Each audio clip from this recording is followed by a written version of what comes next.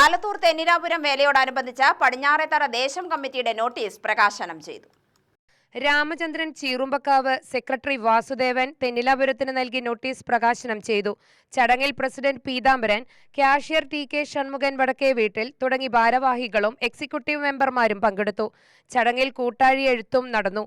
April 7-നാണ് Thennilapuram വേല.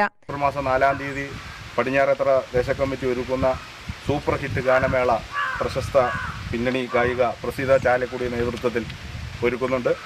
അതോടൊപ്പം തന്നെ വിവിധ സമുദായ കമ്മിറ്റിയുടെയും വിവിധ ഉത്സവ കമ്മിറ്റികളുടെയും വിപുലമായ പരിപാടികളാണ് ഈ ഏപ്രിൽ മാസം 3-ാം തീയതി മുതൽ 7-ാം തീയതി വരെ നടക്കുന്നത്.